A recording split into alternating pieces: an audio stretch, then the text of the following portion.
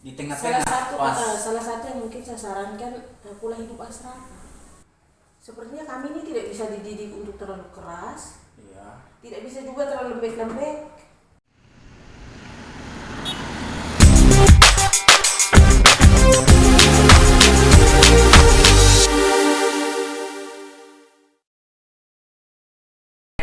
Namo Iren, kita ke topik yang berikut yaitu soal pendidikan. Jadi saya gambarkan sedikit bahwa mungkin secara umum ya, secara angka memang statistik kita di angka sedang, jadi bukan angka yang tinggi, tetapi kita sedang berproses menuju ke sana untuk Papua. Nah, yang di sini saya mau tanya ke Namo Kiren sendiri, kira-kira untuk Kota Merauke sendiri, Kabupaten Merauke sendiri, kira-kira kondisi pendidikannya seperti apa? Secara umum mungkin bisa dijelaskan, dan kira-kira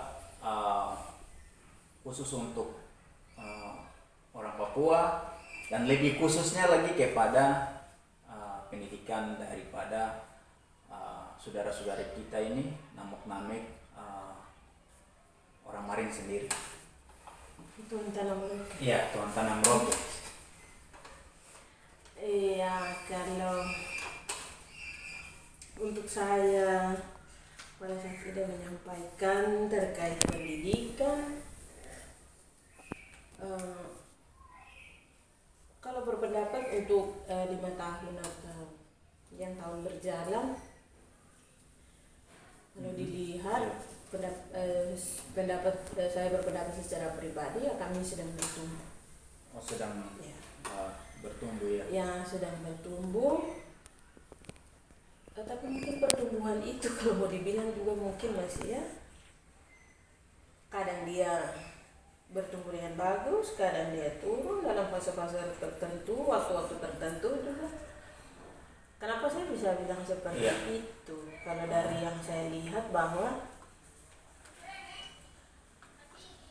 adik-adik atau saudara-saudara saya yang pada umur-umur sekolah, masuk sekolah misalnya di SMP, senang. Saya sudah pada sampai tahap ini. Ketika masuk SMA masih dalam proses yang sama. Masih ada jiwa untuk sekolah. Ini jadi permasalahan ketika dia sudah kuliah, sudah masuk tahap yang di atas. Ya mungkin dari awal saja ada semangat memang, tapi mulai bertahap meredup. Menyangkut ini juga, saya sebenarnya punya pengalaman juga secara pribadi, karena saya juga bagian dari pinggiran sekali sekolahnya, bagian dari Okabah, bagian pedalaman, tepatnya pernah di Kampung Nakias, kemudian UEP, Okabah, baru saya ke Merauke. Dan perjalanan itu juga seperti yang Namo Kiren sampaikan, kurang lebih hampir sama, karena yang saya lihat SD itu masih rame, mereka masih dalam kategori rame, jadi masih semangat. SMP itu dia masih lumayan, masih ada. SMA dia saya di sini saya juga bingung, saya agak bingung. Dan nanti Namo Kiren bisa kasih gambaran itu kenapa dia mulai hilang.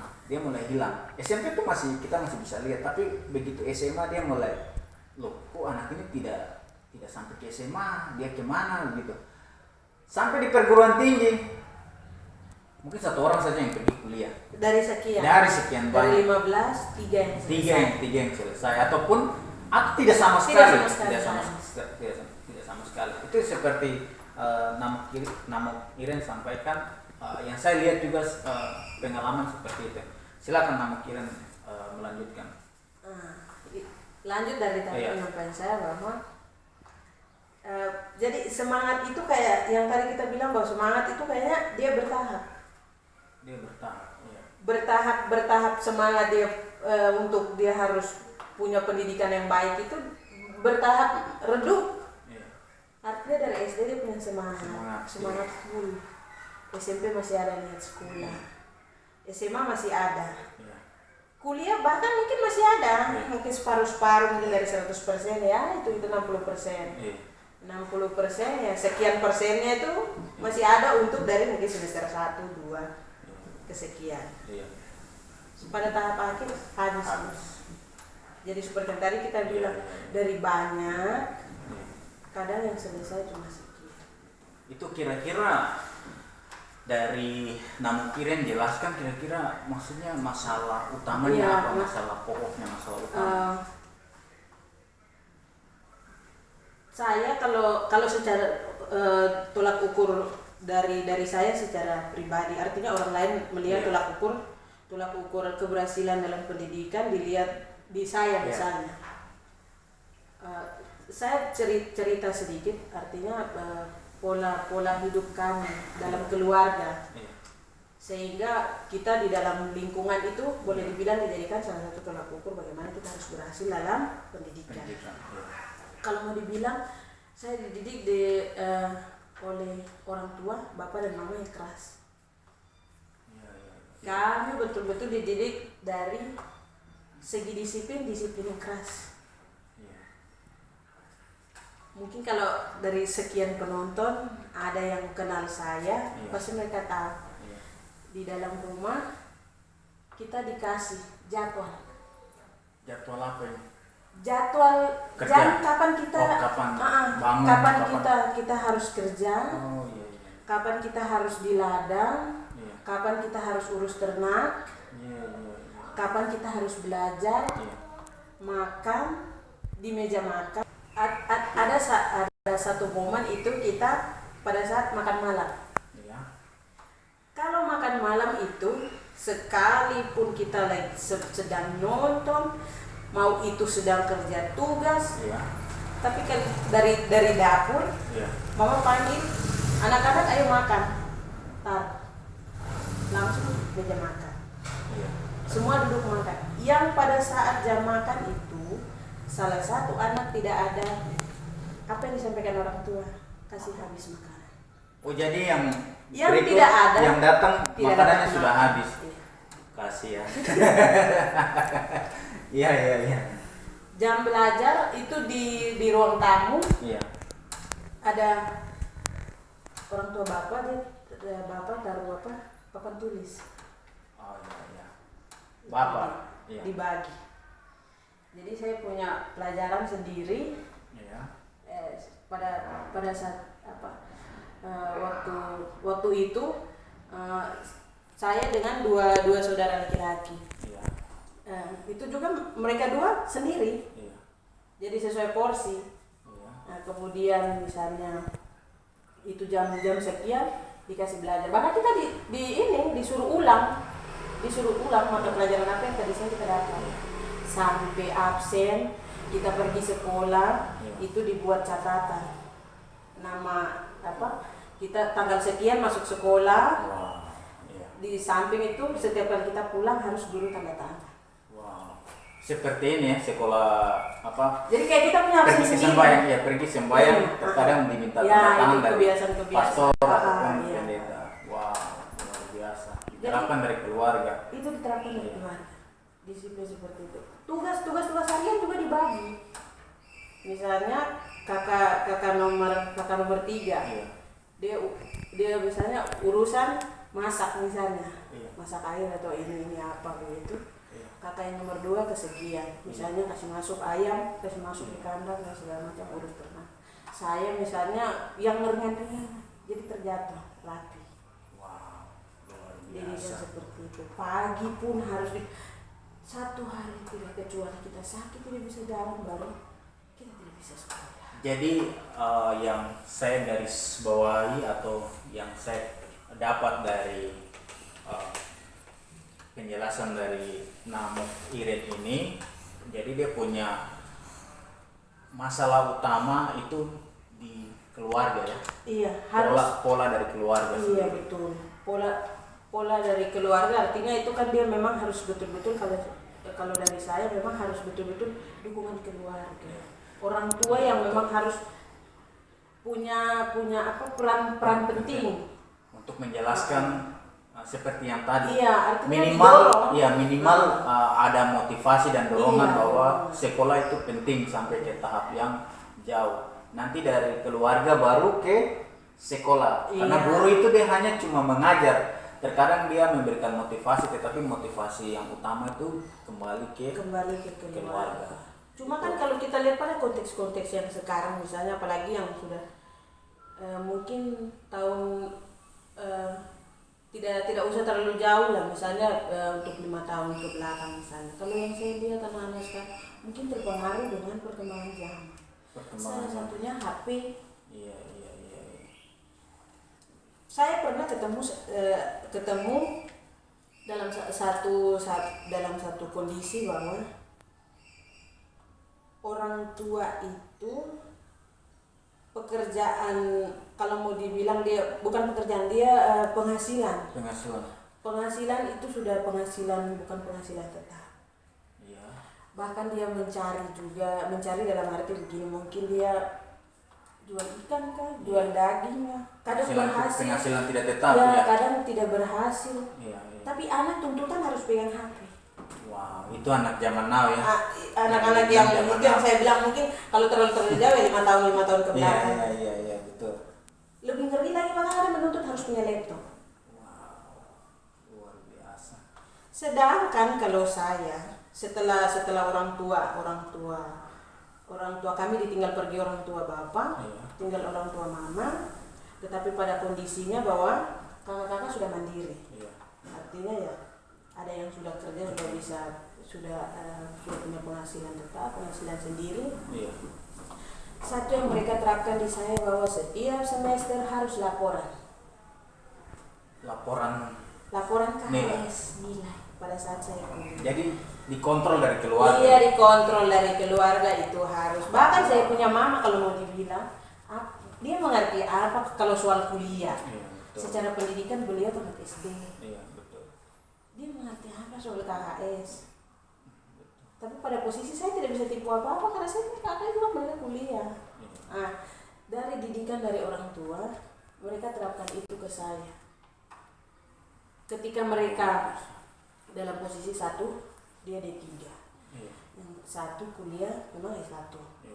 Ada juga yang tidak selesai. Tapi beliau juga puji Tuhan punya pekerjaan tetap. Cita-cita dalam keluarga bahwa dari kita semua ada satu yang unggul. Dan itu mereka dorong saya. Paling tidak setelah S1 harus S2.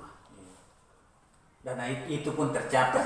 Tapi dengan proses atau dengan tekanan yang luar biasa. Kalau menurut saya, orang anak-anak pada saat seumuran saya, kalau mereka berada di posisi saya tidak mampu untuk boleh dapat HP, tapi nilai itu IPK harus lebih dari semester berikut. Harus punya syarat, harus prestasi, harus ada. Bahkan dituntut harus mandiri. Dalam berkuliah bisa tidak hasilkan uang. Jadi harus usaha lagi. Padahal dalam posisi kakak mereka sudah ada gaji, sudah bisa untuk membiayai kamu, tetapi mereka tuntut lagi kamu bisa tidak menghasilkan uang. Sementara belum bekerja mandiri dia. Seperti itu luar biasa. Uang saku dalam setiap bulan itu saya ingat itu dikasih dari kakak yang satu dia 100.000, yang dari satu 100.000, jadi saya cuma punya 200.000. Saya pada saat itu minta kos, mereka tidak kasih kos. Karena secara finansial, secara tanggung jawab dari mereka sanggup. Tapi mereka bilang tidak boleh kos. Yang satu akan membawa pengaruh. Yang kedua tidak boleh pegang HP pada saat masih SMA. Tapi ya kalau pola seperti itu memang diterapkan untuk zaman sekarang, artinya mungkin 3 tahun atau 5 tahun ke belakang, di luar dari corona ini ya, masalah kondisi yang sekarang, mungkin masih agak sulit juga sih. Karena mungkin kebutuhan harus ada tugas kemudahan tuh. Tapi dukungan, artinya dukungan seperti itu, disiplin yang seperti itu, Mungkin motivasi yang seperti ya, itu. mungkin bisa untuk yang keadaan sekarang ini memang kita harus menggunakan HP untuk daring dan untuk belajar kerja tugas, tetapi dalam hal ini ada batasnya, ada batas, jangan sampai kita terlalu pegang HP terlalu berlebihan, terlalu banyak, akhirnya kita lupa akan hal-hal penting yang harus kita kerjakan. Jadi itu menurut saya kalau keseringan seperti itu artinya dia terlalu masuk, terlalu kecimpung terlalu dalam media sosial, akan menimbulkan berbagai hal. Ya, dampak negatif dan Melawan positif dengan orang ya. tua, dia tidak bisa berpikir kreatif, bagaimana dia harus bisa mandiri, malah mempersulit orang tua. Sudah pegang HP yang sudah bisa bersosial media dengan segala macam aplikasi, tapi tidak bisa beli pulsa data. Akhirnya ke orang tua, mama minta uang di pulsa data. Padahal untuk lebih baiknya mungkin beli hal-hal yang penting dan kebutuhan sekolah atau apa. Tapi karena pengaruh-pengaruh zaman yang seperti Sekarang perkembangan yang terjadi, itu dampak-dampaknya seperti itu yang bisa menghambat untuk mereka supaya bagaimana punya angan-angan, punya cita-cita, impian ke depan. Saya harus jadi seperti ini, saya harus punya pekerjaan seperti ini. Jadi sebetulnya perkembangan zaman ataupun perkembangan teknologi itu sebenarnya penting untuk kita tetap ikuti. Perkembangan modern apa segala macam itu penting kita sebagai manusia, bahkan yang berkecimpung di dunia usaha, pendidikan, itu kita tetap penting, bahkan masyarakat biasa pun juga penting. Tetapi khusus untuk mereka yang di dunia pendidikan, dalam hal ini yang masih sekolah masih dalam proses, ada batas-batas yang harusnya diperhatikan. Dan lebih khusus mungkin orang tua juga harus ada kontrol supaya kontrol. Bila perlu ditekan lah. Kalaupun harus pada saat dia pegang HP, kalau tidak ya tidak. Terus dididik untuk harus bisa mandiri dalam arti bahwa dia bisa kerja. Supaya pada saat kalaupun kan dalam arti begini, SD mungkin orang tua kita punya kebutuhan ya sebatas seragam ini dan itu, ya tidak seberapa, kita tidak terlalu yang membutuhkan besar ketika kita sudah SMA dan sudah kuliah. Ketika kita didik anak dia mandiri, orang tua tidak bisa cukupi dia secara finansial, secara keuangan, dia bisa berpikir bagaimana saya bisa mencukupi kebutuhan saya itu. Jadi dia bisa mandiri, akhirnya itu ada motivasi. Ada beberapa anak yang tetap saya dukung seperti itu. Bahkan saya kasih tahu sama orang tua, jangan terlalu disupport dengan uang secara full. Kalaupun ada uang, bapak mama tolong simpan. Di mana betul-betul urgen atau dia membutuhkan sekali baru boleh dikasih. Jadi anak itu saya suruh kerja. Kerja supaya ada uang. Betul. Baik. Namo Kiren, dengan persoalan yang kita sudah bahas, mungkin juga beberapa pengalaman yang sudah di-share ke penonton dan juga kepada saya. Kira-kira mungkin ada pola yang bagus atau pola yang benar untuk menurut pandangan dari Namo Kiren sendiri, pola pendidikan mungkin yang baik mungkin di Kabupaten Merauke, khususnya untuk saudara-saudari kita nih Namo. Kalau untuk saya, bagaimana kita mendorong mereka untuk tetap maju dalam pendidikan. Kalau sedikit keluar dari itu anak-anak Merauke sendiri, artinya yang saya lihat saya punya saudara-saudara ini, sepertinya kami ini tidak bisa dididik untuk terlalu keras, tidak bisa juga terlalu lembek-lembek. Kecuali tumbuh di dalam pola hidup kayak saya, yang bagaimana nilai turun kami harus dirotan. Yang bagaimana kalau IPK turun saya tidak dapat uang jajan full selama 6 bulan. Maksudnya bagaimana? Kayaknya Iya. mungkin kalau Tidak boleh dikeras. saran-saran dari saya mungkin selain pola didik yang seperti itu, Iya. artinya tidak harus keras, Iya. mereka tidak harus ditekan juga, Iya. tapi tidak bisa dikasih los juga. Di tengah-tengah. Salah satu yang mungkin saya sarankan pola hidup asrama. Oh, pola hidup asrama. Pola hidup asrama. Untuk namuk-namik orang Iya. ini. Iya. Kenapa seperti itu? Sistemnya dia bagaimana kalau dengan pola Salah asrama? satunya itu kami belajar disiplin. Oh, disiplin. Iya, iya. Belajar disiplin. Bagaimana bangun pagi. Bangun pagi. Iya. Jadi semua hidup kita hidup berkelompok, bagaimana kerja berkelompok. Iya. Jadi teamwork di dalam itu, kerja berkelompok juga kita diajar di dalam. Kerjasama di dalam.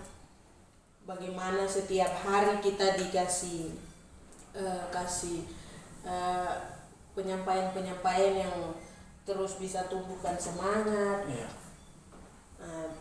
Mungkin kalaupun ada orang tua yang memang dia betul-betul punya pandangan atau dia punya cita-cita bahwa anaknya harus punya pendidikan yang lebih dari mereka, dari orang tua, mungkin saran saya memang harus dalam pola hidup asrama. Asrama. Karena secara pergaulan juga ditekan. Tidak bebas. Iya, tidak bebas.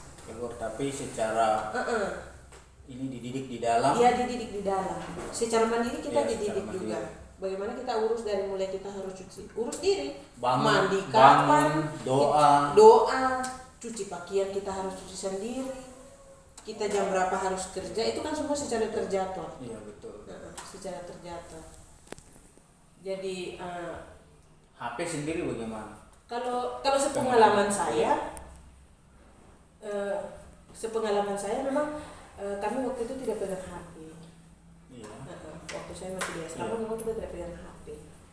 Dan itu terjadwal. Jam sekian kita sembahyang, jam sekian kita tidur, jam sekian kita bangun, kita kerja. Seperti itu. Dan salah satu yang dengan pola itu, salah satu yang sudah berhasil yang saat ini adalah Namukiren sendiri ya. Iya. Dan ada beberapa ada beberapa teman-teman saya juga. Dan mereka semua sudah bekerja ya? Sudah bekerja, bahkan ada yang PNS, ada yang jadi dokter. Saya sendiri jadi dosen. Iya. Bahkan saya yang, kalau saya tidak salah sebut, saya yang pertama S2 dari lingkup asrama. Wow, luar biasa. Berkat itu pola didik yang memang, dan memang pada saat itu kita dididik, ada pada saat kita senang, artinya kita tidak dididik harus keras. Iya. Tidak dididik juga untuk dikasih los, artinya kesalahan tetap kita terima hukuman. Bahkan dari asrama kita dikasih kebebasan, bukan kebebasan, dikasih pada saat tertentu kita boleh kerja di luar. Iya. Untuk tambah-tambah. Saya pun pernah kerja sebagai pelayan dalam hotel, hanya untuk menambah biaya untuk kuliah.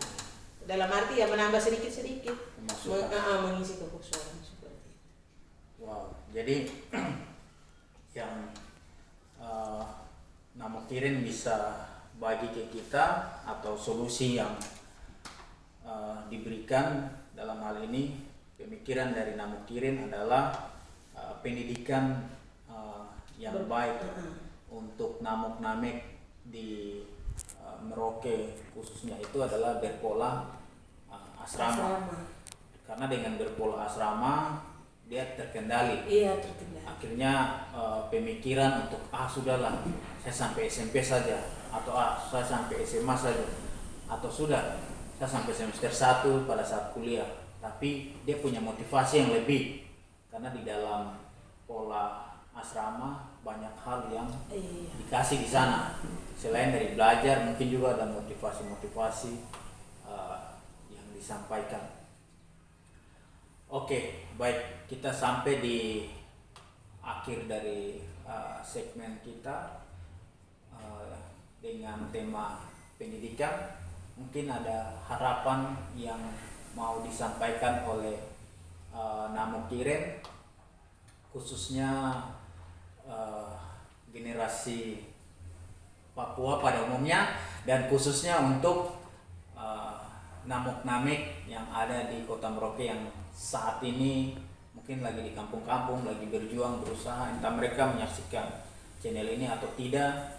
Yang jelas mungkin ada berkesinambungan untuk mereka. Mungkin apa yang bisa disampaikan? Kalau dari saya secara pribadi pesan untuk semua saudara-saudara saya terkait dengan pendidikan, jangan tanam pola dalam diri itu dengan budaya malu. Budaya malu bahwa saya tidak bisa berdiri di depan kelas, saya tidak bisa jadi ketua kelas, saya tidak bisa jadi tim debat, saya tidak bisa jadi salah satu tim dalam perlombaan apapun. Intinya berani. Harus bisa berani. Yang kedua, tidak usah pandang jauh begini. Dia sudah duluan berhasil. Lihat yang dekat saja, orang tua. Orang tua sudah punya pekerjaan tetap, atau orang tua masih cangkul, atau orang tua masih daiprat. Harus bisa punya semangat untuk sekolah. Itu jadi motivasi. Iya. Harus bisa semangat untuk sekolah. Yang ketiga, lihat peluang di sekitar yang sudah ada. Salah satu, pemerintah selalu support pendidikan. Artinya mereka selalu siapkan beasiswa. Betul.